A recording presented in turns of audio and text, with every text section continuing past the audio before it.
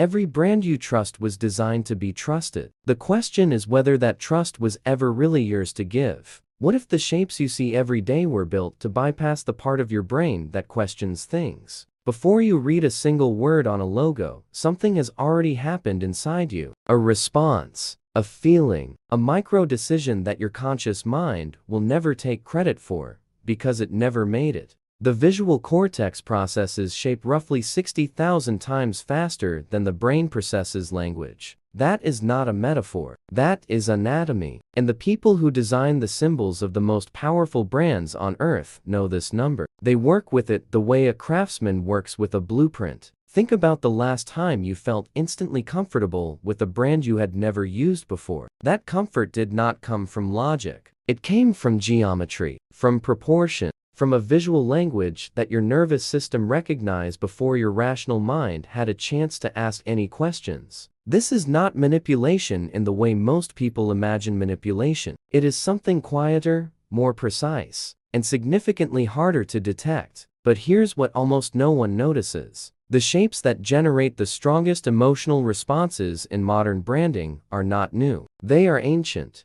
They appear in ritual seals from medieval occult traditions, in the sacred architecture of cultures that had no contact with each other, in alchemical manuscripts that predate the printing press by centuries. Circle, triangle, eye, spiral. These are not design trends. They are the oldest vocabulary in human symbolic history, and they are currently plastered across every app icon, every storefront, every digital interface you interact with before your morning coffee. The circle alone carries a psychological weight that researchers in symbolic cognition have spent decades trying to fully map. It communicates wholeness, containment, protection. When a corporation selling connectivity, community, or trust uses a circular logo, it is not making an aesthetic choice. It is activating a primal recognition system that your ancestors used to identify safety versus threat. And that system does not care whether you are choosing a product or participating in a symbolic ritual. If this kind of analysis speaks to you, subscribe so you never miss what comes next.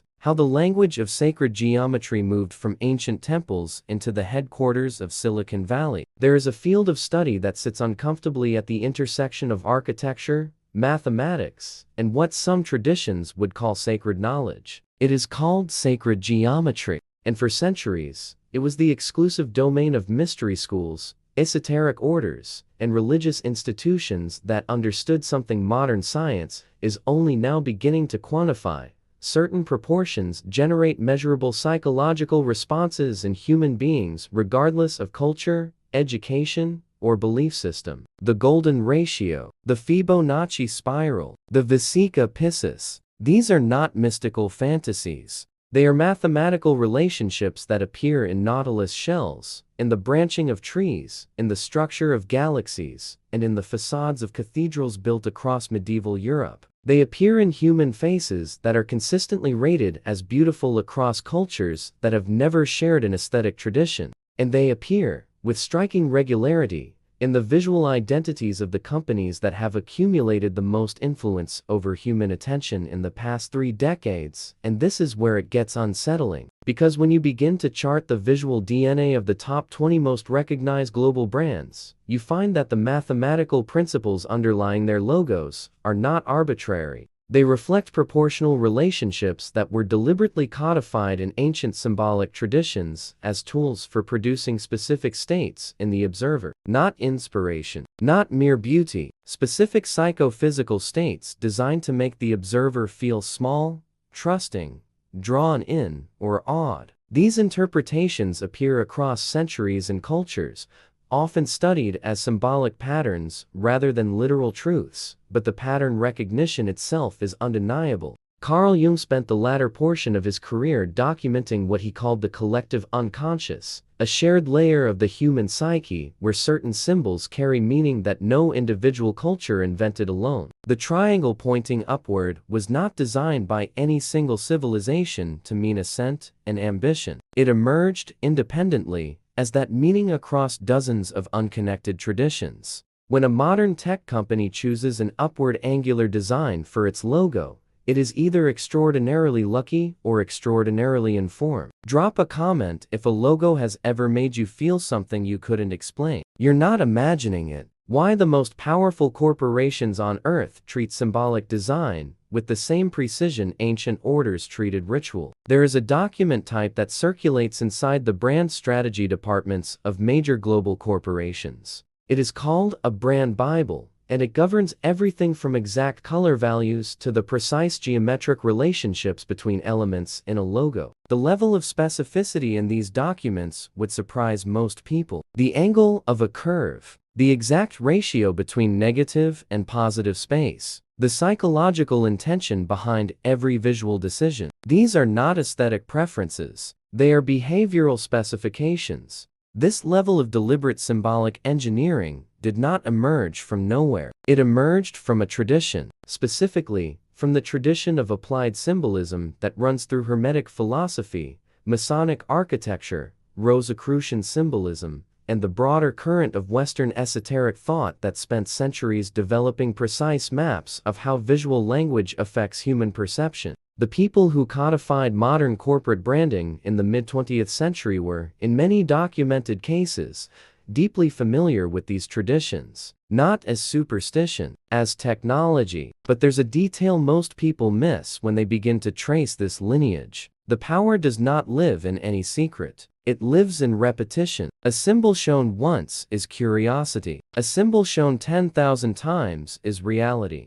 This is the mechanism that ancient traditions called enchantment, what behavioral economists now call priming, and what the most sophisticated brand strategists simply call consistency. The word changes, the mechanism does not. The eye. Of all the symbols that recur with unusual frequency in both occult traditions and modern logo design, the eye is perhaps the most documented and the most psychologically potent. Neurologically, the human brain has a dedicated processing pathway for eyes, because for most of our evolutionary history, an eye looking at you meant something was deciding whether you were prey or threat. That pathway does not turn off when the eye is stylized into a corporate logo. It activates quietly, below awareness. If this content is shifting the way you see things, hit like. It helps this channel keep going deeper. What if the symbols that govern your brand loyalty were designed using a psychology older than any living civilization? There is a concept in the history of arcane knowledge called the seal. Not a seal in the bureaucratic sense. A symbol constructed according to specific geometric rules, intended to produce a specific effect in anyone who encountered it with sufficient frequency. Medieval grimoires devoted entire chapters to the construction of seals. The specifications were exact: proportion, orientation, the relationship between curved and angular elements, the use of enclosed versus open space. The theory was that geometry was not decorative, it was functional. It acted on the human system the way a key acts on a lock. Now consider what a modern logo actually is. It is a symbol, constructed according to specific geometric rules, intended to produce a specific effect in anyone who encounters it with sufficient frequency. The terminology is different. The underlying structure is not. And when you place a 13th century alchemical seal next to the logo of a major social media platform and examine the geometric relationships, the correspondence is often more precise than coincidence allows for. Comfortably. What comes next changes everything. Because the question this raises is not whether the designers of these logos were practicing occultists. Most were not. The question is whether the geometric language they inherited through the history of Western design already carried within it the encoded knowledge of how symbols act on human psychology. Whether the mechanism was passed down not as explicit instruction, but as aesthetic tradition, apprenticeship, institutional taste. Whether the lock and the key were separated, and the key was handed to the entire design industry without anyone being told what it was originally made to open. The traditions that Western esotericism, Hermeticism, and various currents of ritual magic have in common is the belief that the material world responds to symbolic language in ways that operate independently of conscious belief. You do not have to believe in the power of a symbol for it to affect you. You only have to be exposed to it. Repetition does the rest. That is not mysticism. That is conditioning. And the logos you see 60 to 90 times a day are conditioning something in you, whether or not you have ever thought to ask what. How recognizing the pattern changes your relationship. Every symbol you thought you chose freely. There is a specific moment that happens to people who begin studying symbolic cognition seriously. It is not comfortable. It happens when the architecture of influence becomes visible enough that you can no longer unsee it, but you are not yet sure what to do with what you now see. Every logo you encounter becomes a question. Every color choice, every geometric relationship, every visual decision made by a brand you have trusted for years suddenly reveals itself as a deliberate act of symbolic engineering at a part of your brain you were never told you had. This is not paranoia. It is literacy. Visual symbolic literacy is simply the ability to read the layer of communication that operates beneath language, the layer that has been actively and intentionally written on for as long as human beings have used symbols to organize collective behavior. What changes when you become literate in this language is not that the world becomes more threatening. What changes is that you gain the one thing that every tradition of hidden power, occult knowledge, and arcane mastery has identified as the fundamental prerequisite for any genuine freedom: awareness. And this opens a door few dare to walk through, because true awareness of symbolic influence is not a comfortable place to stand. It means acknowledging that a significant portion of what you believe you want, what you believe you trust, what you believe you have chosen, has been shaped by a language you were never taught and never consciously agreed to learn. The brands you feel loyal to, the companies you consider innovative or trustworthy or visionary, the digital platforms where you spend hours of your finite life,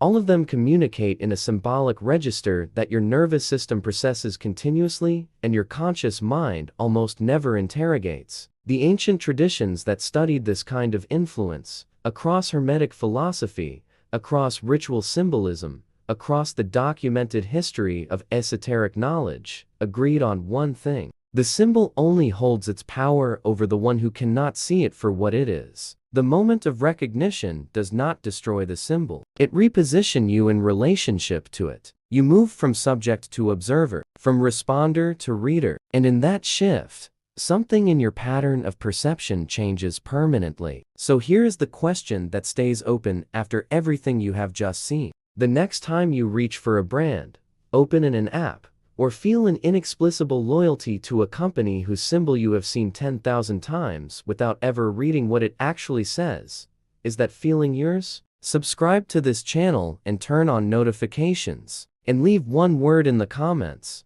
Which symbol will you never see the same way again?